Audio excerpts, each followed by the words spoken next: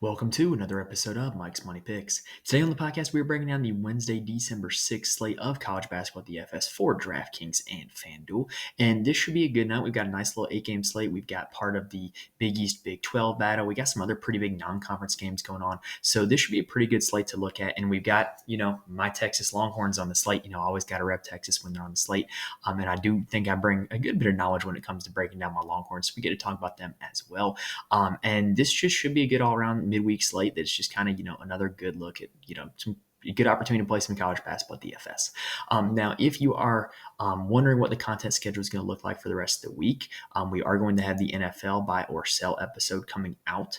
We are likely to have another college basketball episode coming out as well. I'm going to try to figure out which day I should end up doing, whether it ends up being the Thursday or the Friday night slate. But we'll have those two episodes for you. So make sure you subscribe to the YouTube channel, subscribe to the audio feed as well, because some episodes are going to be audio only, simply because, I'm a dad of a now 3-month-old daughter as of today. And it's just a little bit easier to do audio only sometimes. I don't have to break out the full setup, don't have to wait for an export and an upload. So just make sure you subscribe on both feeds. That way you can get all those episodes right when they drop, and you'll be able to get all the DFS previews and picks that you need for college basketball, NFL, and then college football. We are going to be back with college football during bowl season, and then we are going to be picking back up golf for the 2024 season. We're going to have some creative content coming your way with that as well as we go through the winter break. All right, so that does it for the introduction. So like I said, we got a nice little 8-gamer tonight. So let's go ahead and take a look. We're going to go through all 8 games, and we're going to break down kind of what I think about each game, what I expect is going to happen in each game, and kind of the guys that I want to target from each game.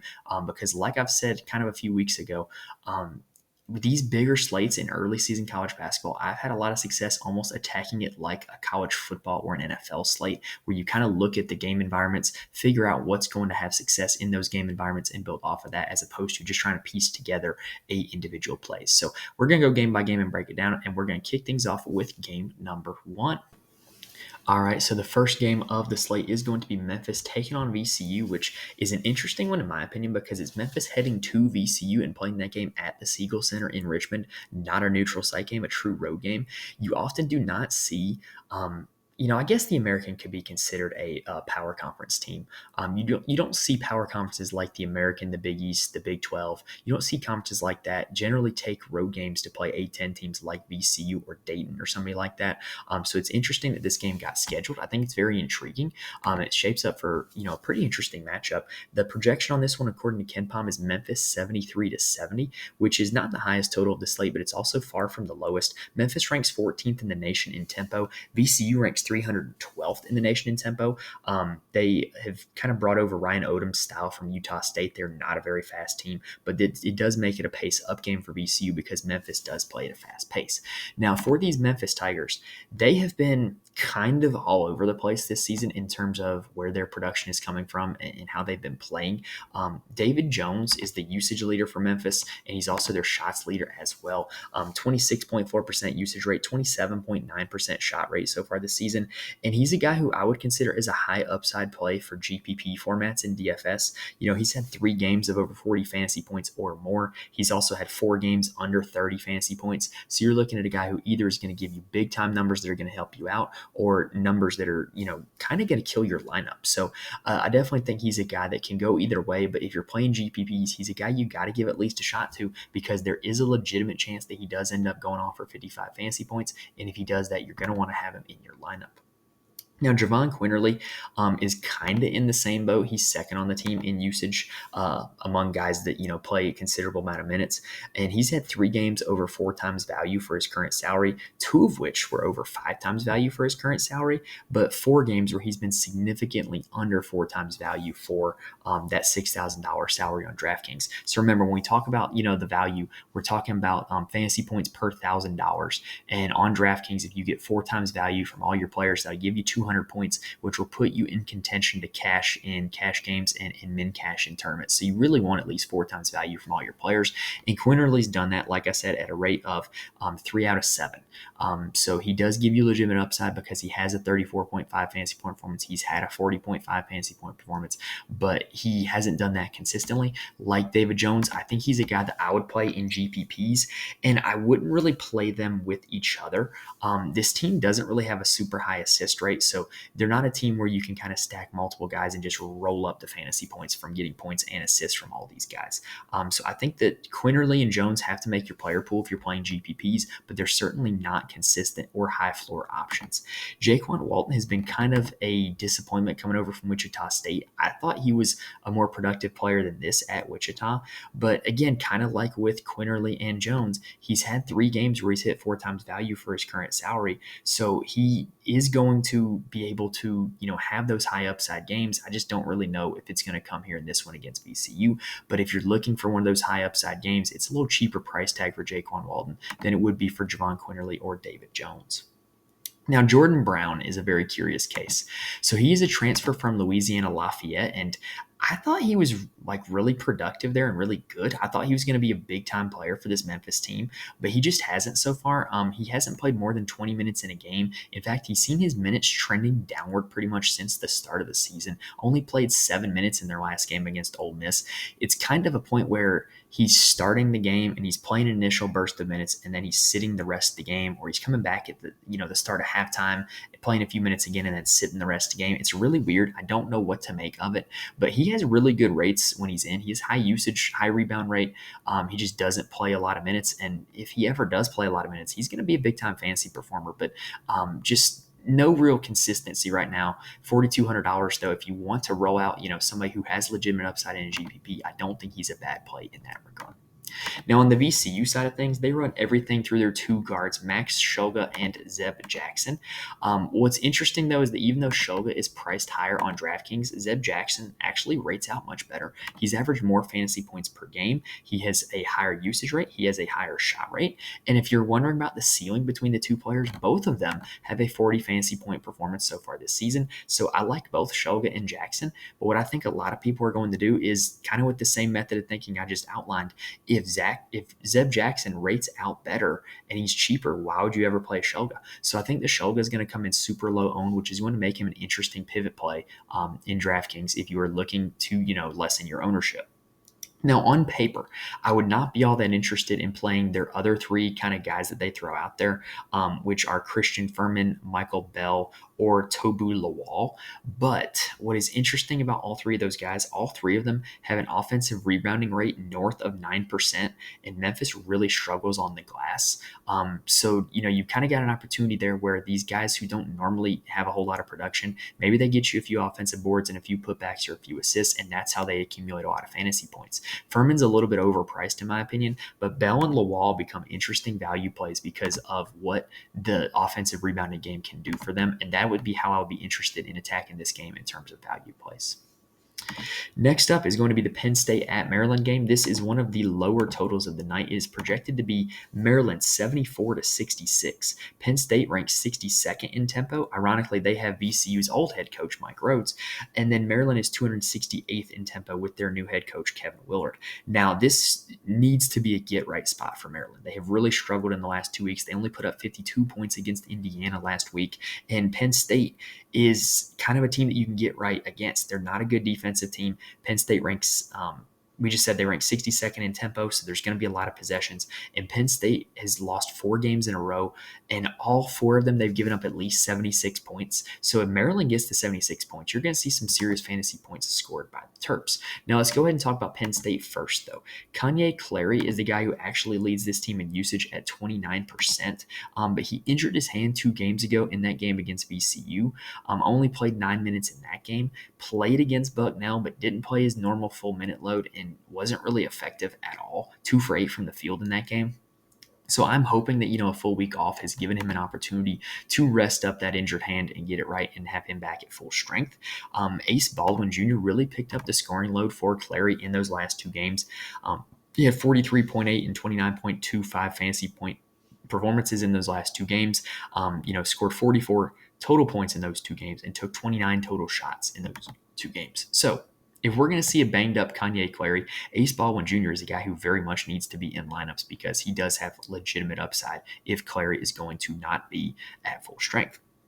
Also, this is a revenge game for Qudus Wahab, who was actually at Maryland 2 schools ago. This guy started his career at Georgetown, transferred to Maryland, went back to Georgetown, and is now at Penn State, which is just a whirlwind of a career. Anyway, I think he's a little bit overpriced from what he normally does. He doesn't get a whole lot of shots, but he just gets a lot of rebounds and maybe some block shots.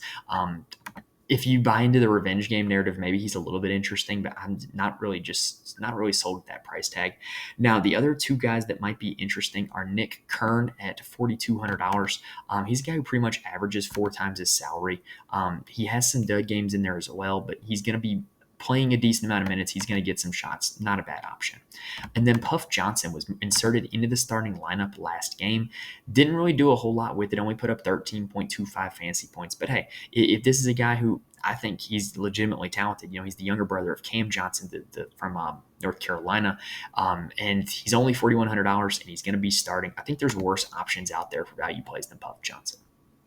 Now, on the Maryland side of things, Jameer Young is the guy who makes their offense go, which is not a good sign for them because he is questionable for this game after injuring his ankle in the Indiana game. Now, if Jameer Young does not go, then Jahari Long at $3,500 on DraftKings instantly becomes one of the best and most popular value plays on the slate. He pretty much played a little bit of Jameer Young's minutes against Indiana, played 19 minutes and scored 13 fantasy points, and at a salary of only $3,500. Like, we'll take that, right? Like, that's not going to sink your lineup if you get 13 fantasy points out of $3,500. That was on playing 19 minutes. And so if Jameer Young is out, you're going to probably look at 25 to 30 minutes out of Jahari Long. Definitely a big-time opportunity if Jameer Young is out because, like we said, Jameer Young, big-time usage rate, 27% usage rate. He's hit 4 times value in 6 of his 8 games, and Maryland has not been a prolific scoring offense at all this season. So if Jameer Young is active, I really think this is a really good get-right opportunity against Penn State. If he's not, I think that Jahari Long is one of the premier value plays on the slate. Julian Reese is their big man, and he's pretty solid, honestly. And he could really see more shots if Jameer Young is out. But what I'm interested in, though, is this is a pace-up spot for them taking on Penn State. And Julian Reese is a guy who can really clean the glass. And if you're going to look at a game where we're going to increase the number of possessions, especially with 2 not great offensive teams, then that's going to mean increased rebound opportunities for Julian Reese. And I think he could have a big-time performance. We've seen him have one already this season. In fact, we've seen him have 2 this season. 54 fantasy points against Rider, almost 50 points against South Alabama. So he's a guy who has legitimate upside. And if Jameer Young is out, I think that only makes the case for him even more. Another guy who could be intriguing if Jameer Young is out is Deshaun Harris-Smith. He is a talented freshman, and he hasn't really done a whole lot this season, but I think if you saw an opportunity where he kind of had to carry the offense or kind of had to carry the team, he would definitely see increased production. Now, next up is the Texas and Marquette game. This is the game that I really wanted to talk about. This is the Shaka Smart revenge game. The Texas Longhorns taking on their former head coach, Shaka Smart, now in his 3rd year at Marquette. And he's done a fine job there. Even as a Texas fan, I always liked Shaka. I thought he kind of got a raw deal getting fired. It was kind of a situation where one bad loss just kind of, well, actually, I don't think he technically got fired. I think he left for Marquette. But anyway, whatever the story was, I always liked Shaka. I think he's a good dude. I think he's a good coach. I think that Texas is in a decent situation now, so I'm not mad that they got rid of him. But I will continue to support Shaka when he's at Marquette, just not tomorrow night. Okay. So in this game, this is projected to be Marquette 78-70, according to KenPom. For the Texas Longhorns, Dylan DeSue, their starting center, is likely to remain out. I've heard a mid-December timeline for him when he returns, which means that Caden Shedrick is going to continue to be their starting center. And look, I think he's one of the premier plays on this Wednesday night slate. He has had a 25% usage rate in the games that he plays. He has sat out for a few games, and Marquette has historically been torn up by big men. And so you're looking at an opportunity here where Shedrick can really take advantage of that. Oso Ighodaro from Marquette, he's good. Like, he's not just like like a pillow down low trying to guard people, but he doesn't foul. Like, he knows how important he is to Marquette's cause offensively, and so he actively kind of passes on playing aggressive defense sometimes just so that he can stay out of foul trouble, which really leads into other teams' big men having success down low against Ighodaro, and I think Shedrick could be next in that line. Now, if you're looking to stack Shedrick with anybody, you're going to want to look to pile up the assist with what Shedrick is doing from the points and rebounds perspective. And I think you can go with either Tyrese Hunter or Max Asmus. Tyrese Hunter is a guy who can do a lot outside of scoring. But when he has a big time scoring night, that is when he generally has his big time fantasy nights, right? Like he will contribute on the boards. He will get you assists. He will get you steals. And when the scoring clicks, that's when he really has a big time night. At only $5,600, it doesn't take a whole lot for him to get to value. But Max Asmus is the other guy I think you can stack with Shedrick, and he is really coming into his own. He is starting to look like the player we saw at Oral Roberts, leading them to the Sweet 16 as a 15 seed a few years ago. And he is a guy that, as a Texas fan, I'm really happy to have in burnt orange. Like he is a great offensive player that can carry an offense, and now he's got everything going in the right direction. His assist rate is north of 20% now, meaning he is going to get you some assists, and he is taking more shots recently, and he is hitting more shots recently, 8 for 14 and 9 for 18 in his last 2 games. Everything is trending in the right direction for Asmus. In terms of fantasy scoring, 35 fantasy points and 41.5 fantasy points in his last 2 games. I think he is a guy that no matter how this game plays out, I definitely see him having a pretty solid night. And I think a little Asmus Shedrick stack could be something that is really profitable on Wednesday night. Now, outside of those guys, Dylan Mitchell is priced up pretty high from where we saw him at the start of the season. But my one nitpick is his best games have come when Caden Shedrick is out.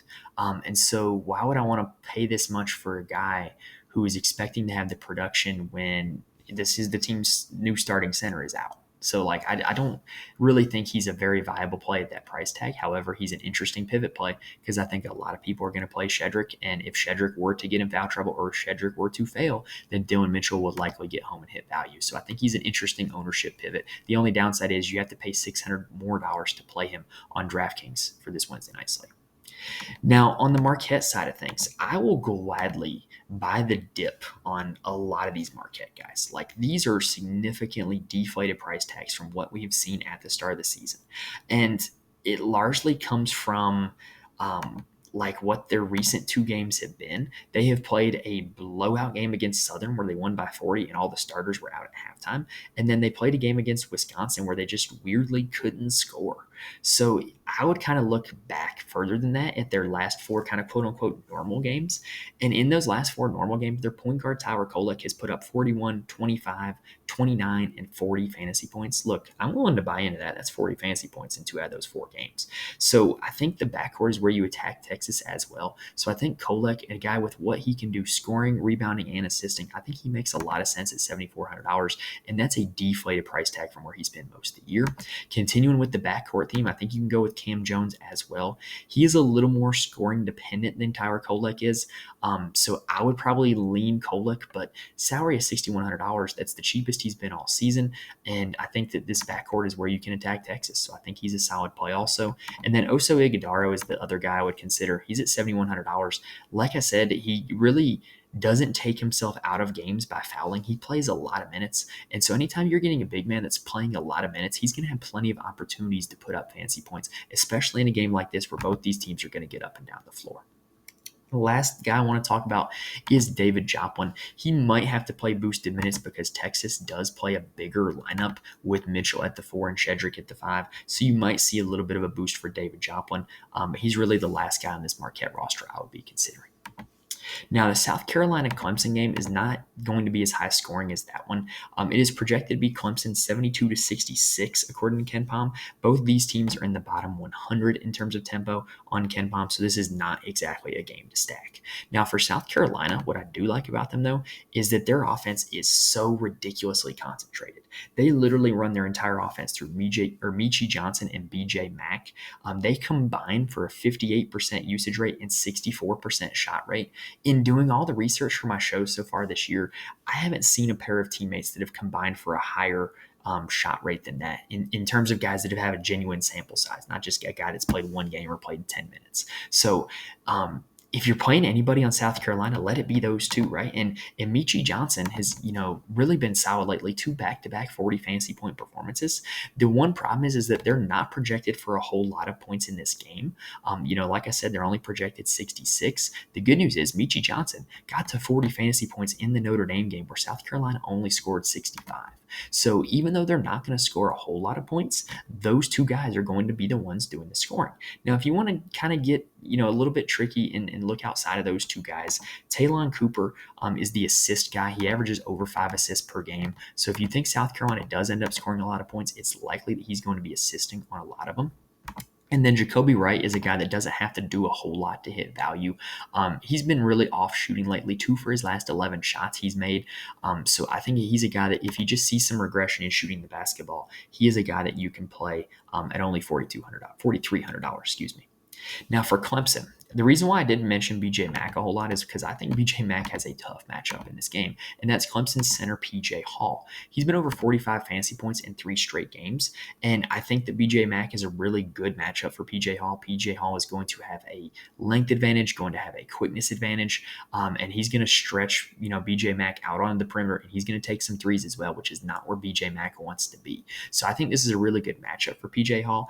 However, my worry with Clemson is the tempo of this game.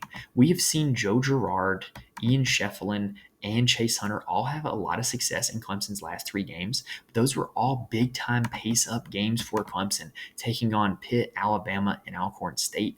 This game is not going to be that fast. It's not going to feature that many points scored. So I'm a little bit concerned about these guys having their salaries bumped up and kind of expecting that total, because this is not going to be a game where they're likely to get to a total of 80 or more points.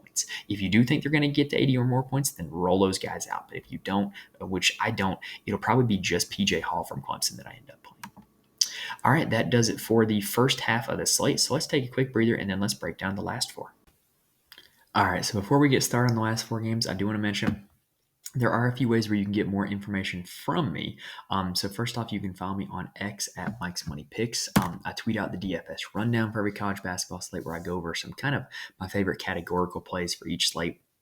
And then I also, if there's any injury news, I generally tweet out, if it changes my thoughts on guys or, kind of some options where, if that guy's out of the lineup, who might be beneficiary, stuff like that. So follow me on X and you can get those updates. I also update, all the podcast episodes you can find on my Twitter feed. I tweet out the links for audio and video. So if there's ever one that's audio only or video only, you can find it there on X at Mike's Money Picks.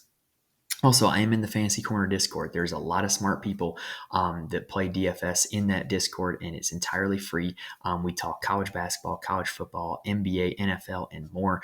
And if you're looking to get better at DFS, or you're just looking for some people to talk DFS with, bounce some ideas off of, it's a great place to start. I highly recommend it if you are into DFS to join that Discord. It's a lot of fun and a lot of good people in there. And then lastly, I do write a full article for every college basketball, college football, and NFL slate and post them to my Patreon, patreon.com/Mike's Money Picks. What I do is I profile my core plays and also kind of my attack strategy for each slate and how I'm building lineups, how I'm approaching each game, and things of that nature. And so I'm not going to sit here and guarantee that you're going to instantly read those articles and start winning GPPs. That's not how life works, unfortunately. But I do promise that you can get a wealth of information from that. You can be exposed to some new ideas, some different ways of building lineups that can help you out in the long run. Because there's not a whole lot of people that talk college basketball and college football DFS the way I do.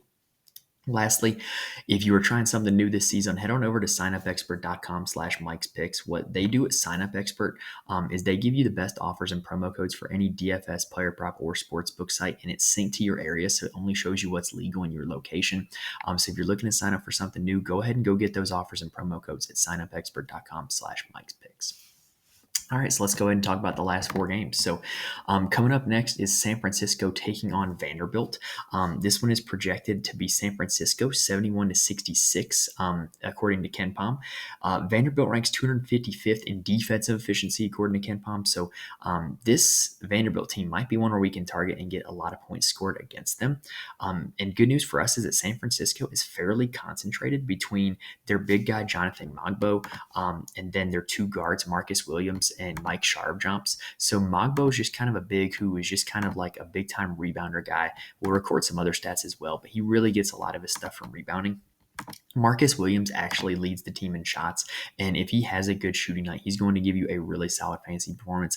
I think you can make the argument that based off his usage numbers and shot numbers, he's a little underpriced at $6,400. And then you've got Mike Sharp-Jumps, who is a transfer from the University of Dayton. Mongolian Mike is what they call him. He's a really unique player. He's a slender build, 6'8" guard who can jump out of the gym and is a really good rebounder and really good passer as well. He's got a really solid game. I really liked him at Dayton. And he's kind of getting more minutes now at San Francisco than he was at Dayton. So I'm kind of glad to see this is working out for him. But he's a guy who can give you some big time fantasy numbers. He has had 30 fantasy points in a game already this season. Those are really the only three guys that I would consider on San Francisco, just because their offense is so concentrated around those three guys, and the minutes are kind of scattered outside of those three guys as well. Now, for Vanderbilt, they're a mess. Just first off, Jerry Stackhouse has done a good job of getting a lot of talent to this roster, but kind of bringing it all together and having them all healthy and figuring out the rotation and who's going to shoot where, who's going to go where has just been kind of a mess for this team so far. So their two best players are their guards, Tyron Lawrence and Ezra Mannion. The problem is that they haven't played a whole lot of games when they're together, and because that pretty much one of them's been hurt the entire season. Well, now they're both back healthy, and they haven't really had a whole lot of success from a fantasy perspective when they're both together. So I think they're both a little overpriced. I'm just not interested in either of them right now at their high price tags when they're both active. Now, Van Allen Lubin is a transfer from Notre Dame who has only played 4 games this season and has had 2 fantasy point performances over 30 fantasy points. So he's got some legitimate upside, but I think this matchup against San Francisco is going to be pretty tough for him. The only other guy I would consider is I think we need to monitor the injury status of Colin Smith, Vanderbilt's big man. He is in concussion protocol. I have not seen any updates that indicate that he would play or that he has cleared the protocol. If he does not play, Carter Lang becomes one of the best value plays of the slate. He is only $3,200, and he's had back-to-back games over 16 fantasy points, which would be easily 5 times value for $3,200. So Carter Lang is a name that you definitely need to be on the lookout for.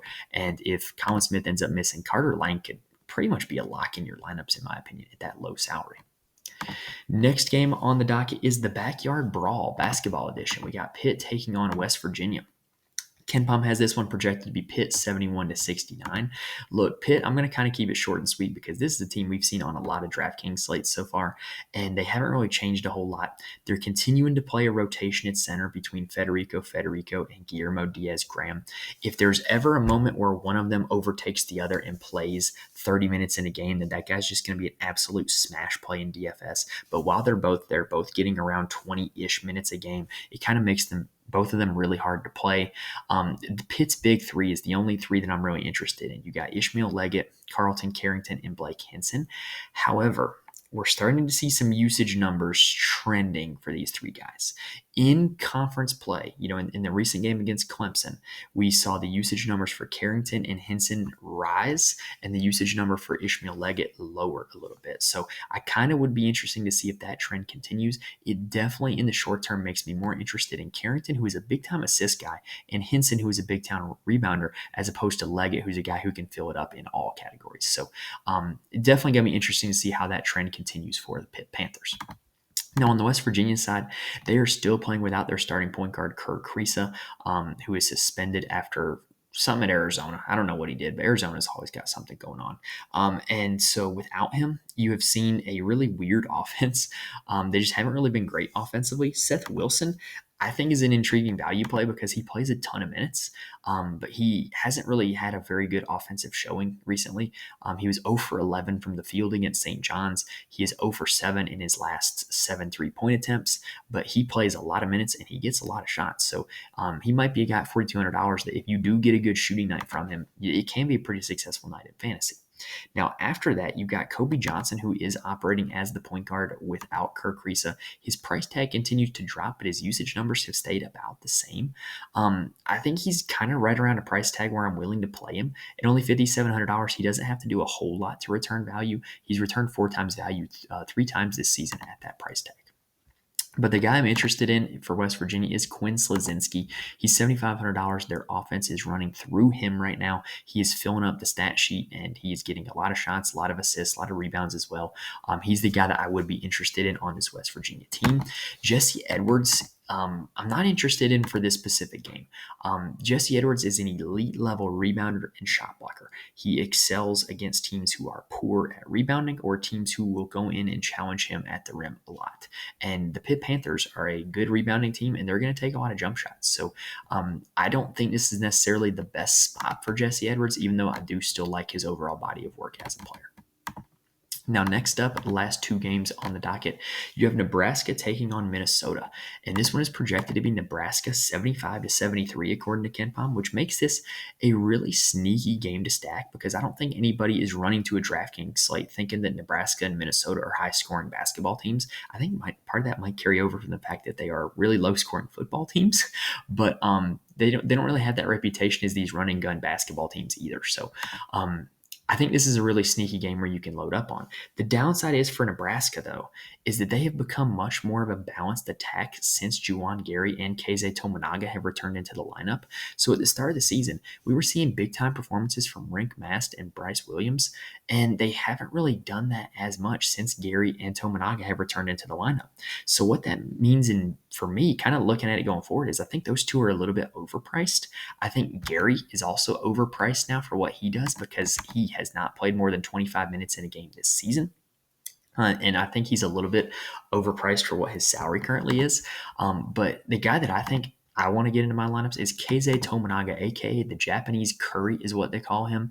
And he last year ended the season on just a run where he was getting shots galore in all these games. He was putting up a lot of fantasy points, really high usage numbers.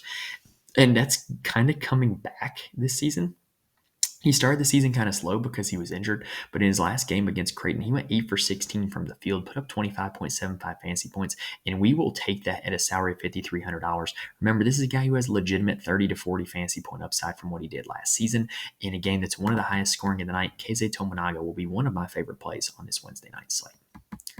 Now, on the Minnesota side, you do have Dawson Garcia, who is the usage monster. He has over a 30% shot rate, which is substantially high. And if you think this game ends up shooting out, I could definitely, be talked into going Garcia on one side and Tominaga on the other.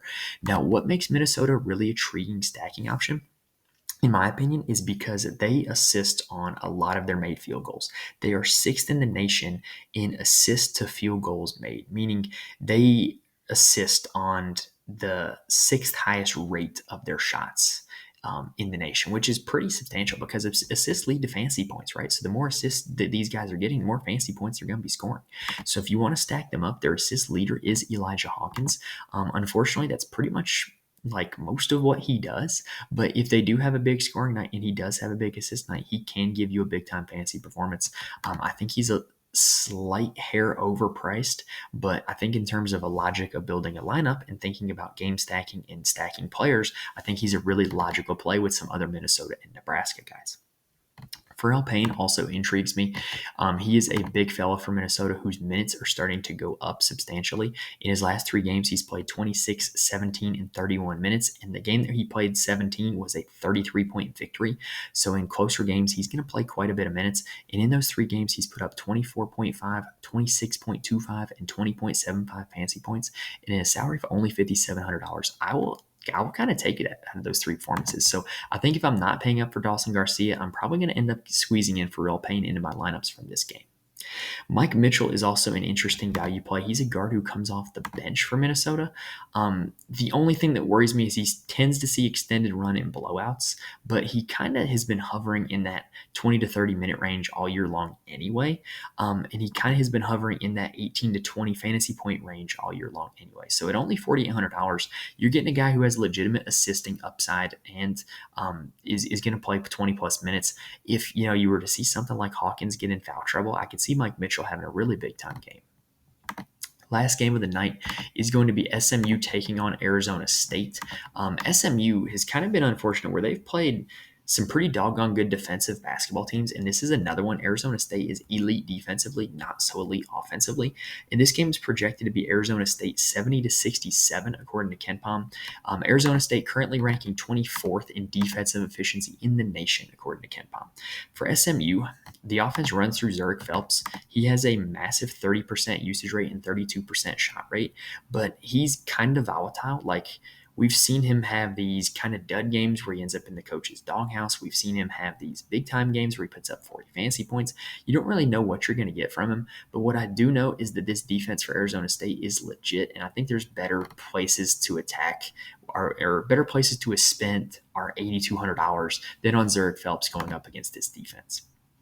Now, for the rest of the SMU offense, the main two guys I'm interested in are their centers, Keon Ambrose Hilton and Tyreek Smith. So they're kind of in a similar boat to the Pitt Panthers situation where they split minutes and it essentially adds up to 40 minutes at the end of the game for these two guys. But they're kind of at more affordable price tags, and they're kind of like really efficient players. Like Ambrose Hilton is a combined 14 for 16 in his last 16 shots from the field. And then Tyreek Smith is a guy who is going to get you block shots as well as scoring. He's 7 for his last 8 from the field. So I kind of like these two guys. I'm probably going to sprinkle in one of them in some lineups. I would not play them both together. I think you're really going to limit your ceiling if you play both of them together. But if you play one of them in separate lineups, you're going to put yourself in a situation where maybe one of them gets foul trouble, or maybe one of them, sees some extended run and you end up with, a big time fantasy night. I think their floor is probably around 3 times value, and their ceiling is probably around 5 or 6 if they do get that extended run. So Keon Ambrose Hilton and Tyreek Smith are going to be two guys that I look at from the SMU Mustangs. Now on the Arizona State side, they have not had Sean Phillips, who's their starting center, since about mid-November. And this team has really changed their identity since then. And they've really kind of been a hit or miss team offensively. They've really struggled in some games offensively. Like you look at their game log and, they had a game against Mississippi State where they only put up 56, only put up 49 against BYU. They've had their off and on offensive games, but they seem to have finally figured it out with putting up 78 and 72 in their last 2 games. And that 72 was against the decent defensive San Francisco team. Now, the reason why their offense has taken off is because they pretty much just given the reins to Frankie Collins. He is the guy who makes their team go. He's their leader in usage. He is their best player. He will fill up the stat sheet. And if you're looking to load up on this game, he's a guy that I think you need to get. And Alonzo Gaffney is a guy who's been playing the small ball 5 for them. I think he's an intriguing player just because you look at what he's done in terms of his ceiling. He has 2 games over 32 fantasy points playing this small ball 5 for Arizona State. And then the other 2 guys who have been there for him the last 2 games, you got Jose Perez and Jemiah Neal, who are 2 guys who are kind of like bucket getters, I guess you could say. They're guys who can score the basketball. They're also going to fill up the stat sheet in other ways. And they've been really, really good in Arizona State's last 2 games. Now they're priced up accordingly, but if you think that Arizona State's offense is going to, continue to operating at a high efficiency level like it has the last 2 games, then those would be 2 guys that you would want to go after and target for your lineups. All right, that does it for the Wednesday, December 6th, DraftKings and FanDuel college basketball DFS slate. I haven't seen the FanDuel slate yet, but I'm assuming it's going to be a similar smorgasbord of games. So that does it for this breakdown, y'all. Hopefully I was able to give you guys some information that is going to help you build some winning lineups. If you like what you saw in this video on YouTube, please hit the like button. If you like the podcast, please rate and review wherever you listen to your podcast. I promise you guys those likes, those ratings, those reviews, the comments, they don't go unheard. They don't go unnoticed. Every little interaction with these helps YouTube and Spotify increase their algorithm to help people find this podcast, and it really helps me out a lot, and I really do appreciate it. Remember, if you want more from me, you can follow me on X at Mike's Money Picks. Join the Fantasy Corner Discord, link is in the description, and we got the full articles on the Patreon, patreon.com/Mike's Money Picks. Now, like I said earlier, pretty much for the rest of the week, we're probably going to do one more college basketball episode as well as our NFL buy or sell episode. So make sure you're subscribed to the channel. Make sure you're subscribed to the audio feed. That way you can get access to those as soon as they drop. And hit that subscribe button. Like it really does help me out a lot. We're closing in on 250, and that's a pretty big milestone for us. So I really do appreciate it, y'all. But that pretty much takes us to the end of the episode. Best of luck to you guys in all your DFS endeavors, whether it's college basketball, college football, whatever. Hopefully I was able to give you guys some winners tonight. Thank you guys for watching and listening, and I will see you next time.